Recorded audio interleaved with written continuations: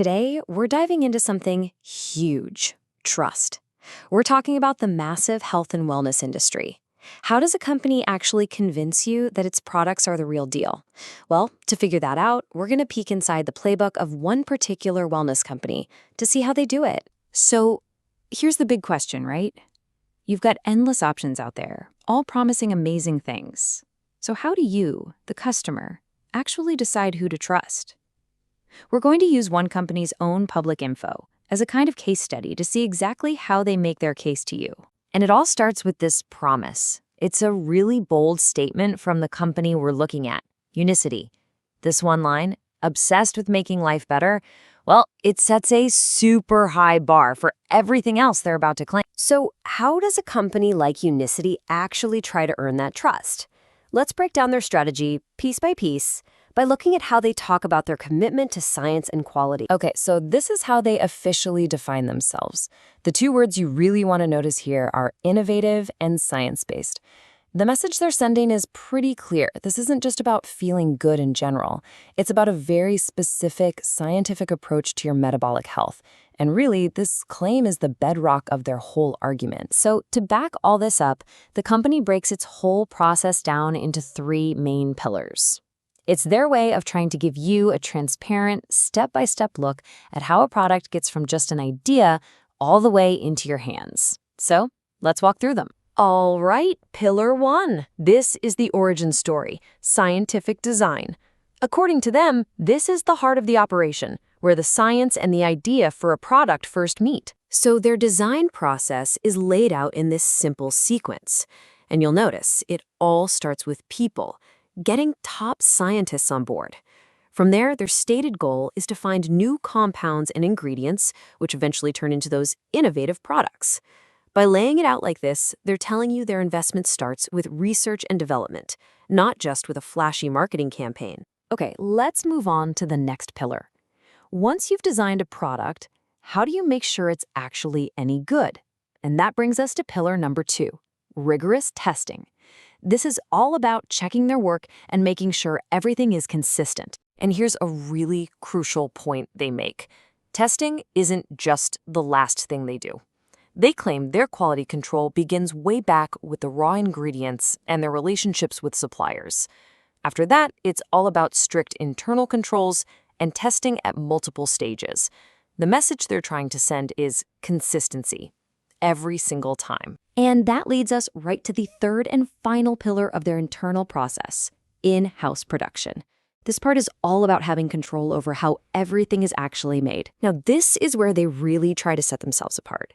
They draw a sharp contrast between what they call the typical approach, where a company outsources manufacturing, and their own model. They state that they've invested a ton to control the whole process themselves, from the buildings to the people. They're essentially framing this total control as their ultimate guarantee of quality. Okay, so that's the story they tell about what happens inside their walls. But how do you get people on the outside to believe you, especially, healthcare professionals? All right, so what's with this number? Just 17 plus?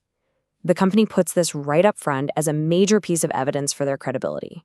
What do you think it is? So that 17 plus, it refers to the number of their products listed in the prescriber's digital reference, which you might hear called the PDR. Now, they make a big deal about this because the PDR is a super trusted go-to resource for doctors all over the world. So for a wellness company, having that many products listed is like getting a massive stamp of approval from the medical community. And to kind of wrap it all up with a human touch, here's a quote from the company's chairman and CEO, Stuart Hughes. See how this statement pivots away from the technical stuff we just saw? It brings it all back to the ultimate goal, helping families. It's a way of saying, look, beyond all the science and manufacturing, this is who we're doing it for. Now, a huge part of building trust is just being open, right? It's transparency.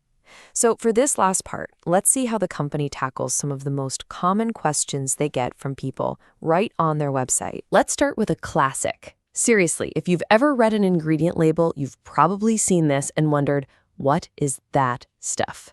The company decides to get right out in front of this question. So what's their answer? Their answer is kind of twofold. First, they explain that standard maltodextrin is a really common ingredient made from starch that's just used to carry other ingredients or to thicken a product. But then they make a key distinction. They talk about resistant maltodextrin, and they frame that as a good thing, a prebiotic fiber that's actually beneficial for your gut. By giving you this extra layer of detail, they're trying to clear up any confusion right away. Now, this is another huge one. It really gets to the heart of why some people are skeptical. How does the government actually police this industry? The fact that they even bring this up shows they know it's a major concern for customers. So in their explanation, they point to the main law, which is called DSCH, and it clarifies something really critical. Supplements are not like drugs. They don't need to be pre-approved by the FDA before they hit the market. What the FDA does require are these standards called Current Good Manufacturing Practices. And then Unicity makes its final claim that their own internal programs are designed to not just meet, but to go above and beyond those official government rules. So we've just walked through one company's entire blueprint for building trust, from their internal pillars to their outside validation. And this brings us to the final, and maybe the most important question for you. After you've heard any company's story, what questions should you ask next? What does the independent research say?